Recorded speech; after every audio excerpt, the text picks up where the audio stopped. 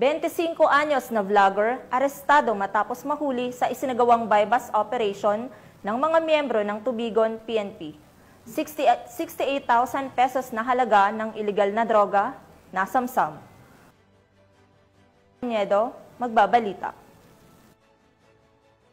Tagumpay na naaresto ang isang street-level individual na vlogger umano sa isinagawang bypass operation ng Tubigon Municipal Police Station sa Purok 4, Barangay Macaas, Tubigon, Bohol noong ika-15 ng Oktubre taong kasalukuyan dakong alas 6:53 ng gabi. Kinilala ni Police Captain Carl Jobelo Franco, hepe ng Tubigon Municipal Police Station, ang suspect sa alias Gigel, 25 taong gulang, residente ng Purok 2 na nasabing barangay. Ayon sa pulisya, kabilang si Gigel sa listahan ng mga street-level individual na target sa pinaigting ng kampanya kontra iligal na droga sa lalawigan. Nasamsam mula sa suspect ang 13 pakete ng hinihinalang shabu na aabot sa humigit kumulang na 10 gramo na may tinatayang standard drug price na 68,000 pesos. Nakumpiska din ang empty pack ng Chesterfield cigarette, motor, pati na rin ang mark money na ginamit sa operasyon. Mahaharap ang suspect sa kasong paglabag sa Section 5 Act 11, Article 2 na Republic Act 9165 o ang Comprehensive Dangerous Drugs Act of 2002. Meron po tayong dinakip na isang sikat na social media influencer sa pamamagitan ng bypass operation.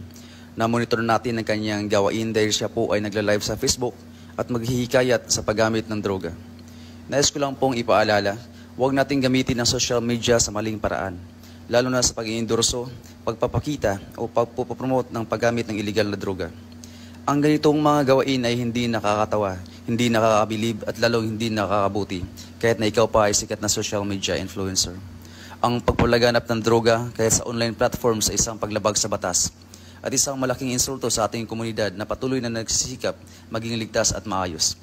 Bilang hipe ng pulisya sa bayan ng Tubigon, ako po ay nananawagan sa lahat, lalong-lalo na sa mga kabataan at social media influencers, na gamitin natin ang ating boses at impluensya sa mabuting paraan. Gamitin ang social media sa tama, para sa kabutihan, hindi sa kasamaan. Ang matagumpay na operasyon ay patunay ng epektibong koordinasyon ng kapulisan at komunidad sa layuning sugpuin ang iligal na droga tungo sa isang mapayapa at ligtas na lalawigan ng Bohol. Mula dito sa Central Visayas, ako yung Police News Network Correspondent, Patrolwoman Nikia Caniedo, alagad ng batas, tagataguyod ng Balitang Pulis.